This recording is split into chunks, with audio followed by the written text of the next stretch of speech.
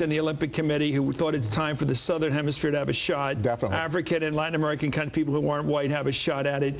They're tired of the same old countries getting it. He probably knew that.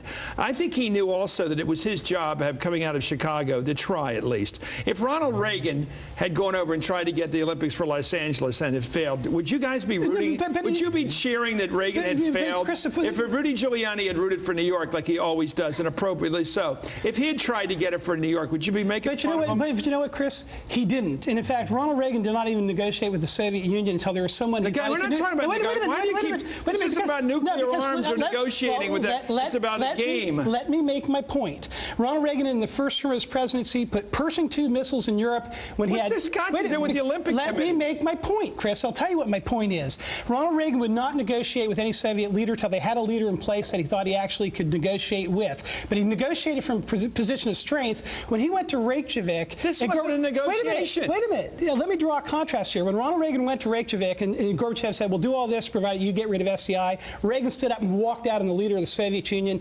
That helped bring the Cold War to an end with victory for the United States. That is an emblematic moment in Reagan's presidency. The most emblematic moment in Obama's presidency so far is his going to Copenhagen and having the International Olympic Committee slap him down. He tried. I think Americans ought to get used to getting in the running with third world people having a right to vote. I think it's great that they get a right to vote. Are these democratic countries that are getting a right to vote? They're countries with sovereignty that have a right to issue a vote. They're not democratic countries. They're not equal to this free and democratic republic. Let me tell you, we are not equivalent to that. It's not about nuclear arms. Let's take a look at a couple of things here. I want to take a look at Lindsey Graham taking on Glenn Beck on this issue. I think we should take a look at that right now because I think there's something going on. Well, let's take a look at Rush Limbaugh first. There seems to be a pattern out here that any time, well, let's go to Lindsey Graham. Here he is talking about Glenn Beck. Let's watch. What do you think of Glenn Beck? Only in America can you make that much money crying. Glenn Beck is not aligned with any party, as far as I can tell. He's aligned with cynicism. Well, this is the whole question of whether the right is being pushed back by these people that just want the president to fail, as opposed to the people who run for office in this country, Republicans. Here's Glenn Beck responding to Lindsey Graham. You know, there's a lot of things that I'll wear as a badge of honor. Lindsey Graham hating my guts is probably the highest honor I've ever received. Well, I have no idea what that means, but let's take a look at Graham responding on Fox News Sunday yesterday. What I am saying, he doesn't represent the Republican Party. You can listen to him if you like. I choose not to because, quite frankly, I don't want to go down the road of thinking our best days are behind us. There seems to be a growing, well, not growing, an emerging possible split between Republicans and the far right. What do you think? Well, you know, first of all, Lindsey Graham does not speak for the conservative movement. I can't speak for Mr. Beck. I don't even see his television program, so I can't judge what's happening there. He's mostly on radio. But you know, if you're a conservative because you're not strictly a Republican, you're looking at those Republicans who fight for conservative principles and conservative causes and what's going on in Congress if there are congressmen that conservatives like to see done. Lindsey Graham is not one of those people. He is not one of the leading fighters for the conservative movement in the United States Congress. He can speak for the Republican Party, that's fine. He doesn't speak for conservatives. Well, I say good for Lindsey Graham. I've known him for a number of years. He's a man of principle, as is Terry, whom I've also known for a number of years. I'm only disappointed when the debate gets polluted by falsehoods and exaggerations like Beck there saying Lindsey Graham hates my guts. He doesn't hate his guts, you know, but that's how Beck makes money. He's a showman. It's unfortunate that the national debate gets polluted by show business and you get distortions like death panels that don't exist, but these become issues, and it gets people scared, and it's just unfortunate. This is what has happened, and I hope, you know, that at least the conservative movement can try to police its own house. Let's go back to the loop. Let's take a look at Rush Limbaugh early this year talking about what his view is, the way he looks at the presidency of Barack Obama. And it's on his radio show.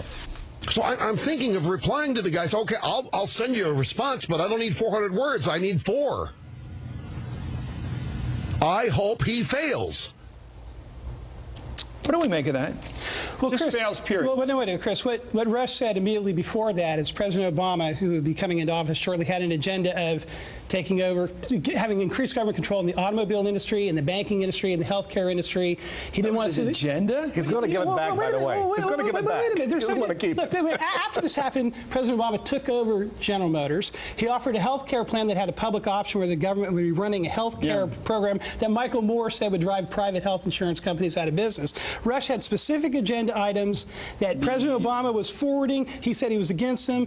He hoped they failed. I'm with Rush 100% on this one. If Michael Moore was running the liberal policy in the country right now, I'd begin to agree with you, Terry, but fortunately, he is not. Max Baucus is running the health care debate, and that is why your side is winning on that score. You don't think, just to get back to our point here, you don't sense that on the right, well, maybe I'm asking the wrong person to agree with this, that there is a goal here, that anything where there's a contest, a chance to prove its success, whether it's ideological, whether it's pro-American or political or partisan, any chance for Barack Obama to fail, your side is going to root for it. To fail, wherever it is. Right. He must fail at any moment, whether it's health care, whether it's the Olympics, whatever it is, you will cheer if he fails. You're denying that now? Not any place, most places, but there's one place clearly where conservatives ought not want him to fail. No, but don't be selective. Isn't it true it's not that true. The evidence of this past week is wherever he attempts to do something, you guys want him to stumble? No, actually that's not true, because... Give me an example where you rooted for him. Let me give you an example. I am very much rooting that what President Obama chooses to do, which he hasn't yet chosen to do, in Afghanistan works. Because all Americans share an interest in our country succeeding in Afghanistan. It's important for our national security that happens. I hope his policy in Iraq succeeds. I hope what he does with the Gitmo prisoners, Chris, succeeds. I think conservatives are very much worried that he will not succeed because they think his policies in those areas may be wrong-headed. On the domestic front, I think conservatives are opposed to just about everything President Obama is trying to do. It's because he's trying to augment the power of government over our lives and diminish our individual freedom. So to the degree that his ability to leverage the Democrats in Congress to attain his agenda is diminished, that's a good thing for the United States. And the problem is he inherited a depression and was forced to